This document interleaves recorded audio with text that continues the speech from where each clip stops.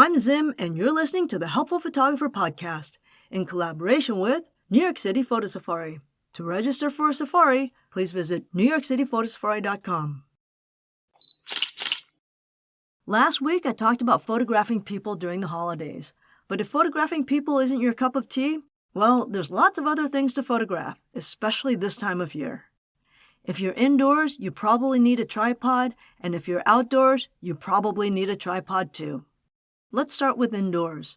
In order to show the lights, you need the environment to be a little bit dim, and therefore you're under low light. First, you'll want to shoot in aperture priority, and you'll want to turn off auto ISO. Since nothing is moving, you don't need to worry about speed. You'll want to close down your aperture to at least f8 or f11.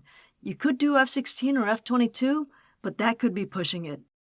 The reason that you want such a small aperture is because it will make the little lights burst into little stars.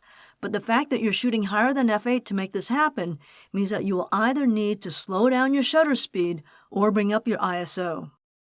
For me, shooting slower shutter speeds on a tripod rather than high ISOs with a lower resolution is much more preferable. But if you hate carrying a tripod, well, then you'll have to go with the ISO option. Another thing you might want to consider is something called a black mist filter. These have become really popular of late because a lot of movie makers seem to be using them. They give your images a kind of foggy, misty look. With bursting lights like what I was just describing, you'll still get distinct bursts, but they'll have a glow to them.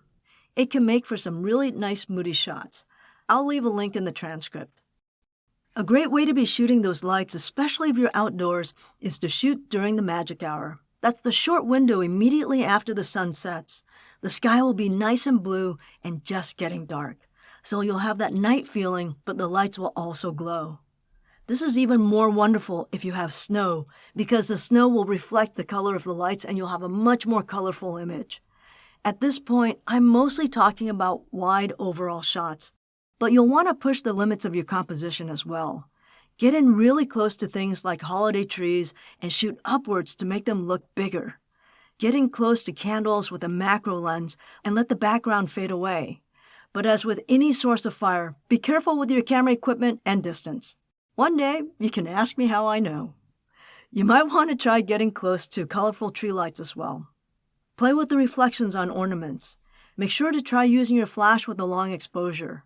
By long exposure, I mean anywhere between half a second and 2 seconds, and you'll do this handheld. Set your camera to manual mode, set an aperture at about f8, and as you click the button, you'll want to twist your camera in a circle or simply drag it up and down. Try all different directions to see the different effects. I know it might be hard to imagine what's going on here, but give it a try and see what happens. It's digital. It's not going to cost you anything. Oh, and you'll want to be pointing at a mix of holiday lights as well. Just so we're clear, I'm guessing on the exposure here, so you'll need to adjust the power on your flash or your f-stop until you get the exposure you want. Whether you're shooting indoors or outdoors, I would suggest you try different white balances to see how this affects your image. These effects can be rather dramatic, and if you're shooting Nikon, get into your menus and go to your fluorescent setting and try the different fluorescent modes as well. I hope I was able to give you a few ideas to get you out there and do some fun stuff this holiday season. Until next time, keep on shooting.